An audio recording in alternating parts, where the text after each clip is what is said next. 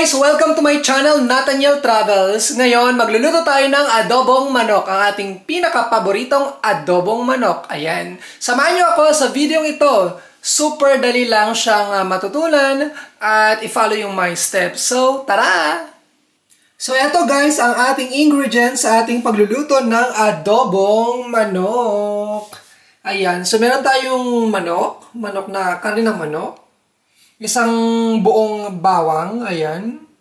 Meron tayong laurel leaves. Meron tayong salt to taste, ayan yung salt. Meron tayong pamintang buo, ayan. Siyempre kailangan natin ng oil, mantika, toyo or soy sauce, vinegar, at saka siyempre ready na ang ating pan. So, tara na! So, ayan guys, medyo mainit-init na yung ating pan. Kailangan nating maglagay ng oil. Ayan. Ginamit natin ay sunflower oil. Ayan. Tignan natin kung medyo, ayan, medyo mainit-init na siya. Maglalagay na tayo ng bawang. Ayan. Pwede namang i-marinate actually yung karne ng manok. Kasi dagdag na yung bawang. Ayan. Antayin lang natin siyang mag-light brown. Super bilis ang bawang.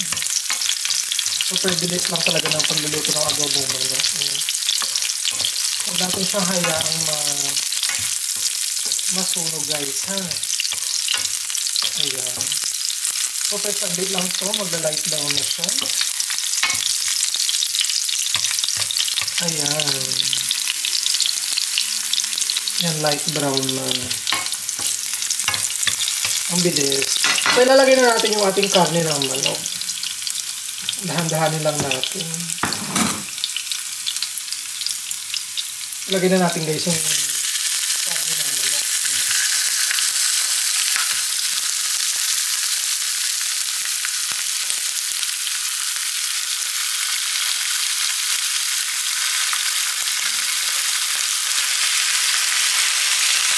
Lutuin lang natin siya ng mga 2 minutes per side hanggang mag-brown din siya.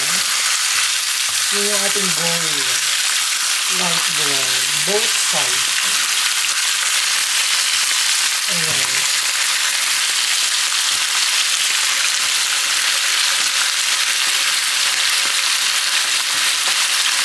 Ang bawa ng bawang talaga. Grabe. Antayin lang natin siyang maluto ng konti.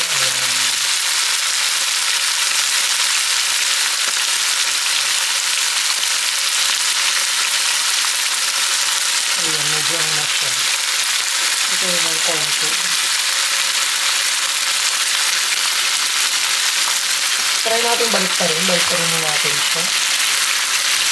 Medyo na-light brown na. Ang skin. Ayan.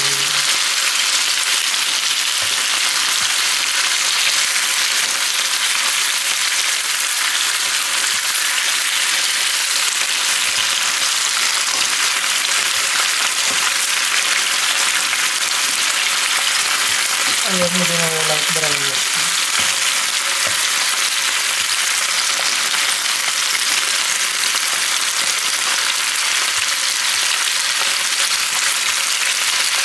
Kailangan natin siyang baliktarin sa isa.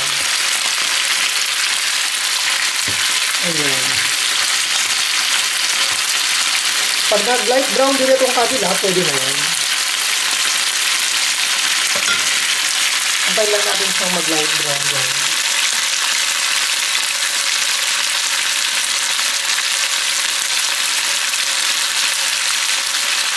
Tapos lalagyan natin siya ng konting water.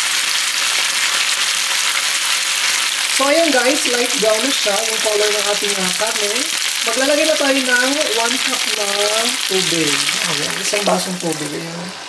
Antayin natin siyang kumulo. Ayan, pakuluan na lang natin siya ng konti. So, ayan guys, kumukulo na siya. Lalagyan na natin siya ng pamintang buo, peppercorn. Tapos, syempre, maglalagay na rin tayo ng bay leaves. Ayan, laurel. Ayan. Tapos, maglalagay na rin tayo ng ating soy sauce. Ayan. Lalagay na natin yung soy sauce. Pwede nyo namang i-marinate actually na may kasamang toyo or soy sauce. Ayan. Tapos, isi-simmer lang natin siya. Low heat, 20 minutes, mga ganyan. Okay? So, ayan guys. Ngayon naman, magdadagdag tayo ng konting vinegar. Ayan. Konti lang ilalagay natin vinegar. Ang ilalagay natin is Vinagre Vino Blanco or white wine vinegar. Wow, sa shell. Ayan. Konti lang siya. Pwede rin kayo maglagay ng salt to taste. Ayan. Tapos antayin lang natin siya konti ng mga 10 minutes. Tapos luto ng ating adobong manok. Ayan guys, luto ng ating adobong manok. So, konti na lang yung natitira ng sauce. So, ito yung pinaka-perfect talaga. Yung adobong manok natin. Tapos kakain na tayo. Ayan, luto na siya. Ayan, bongga.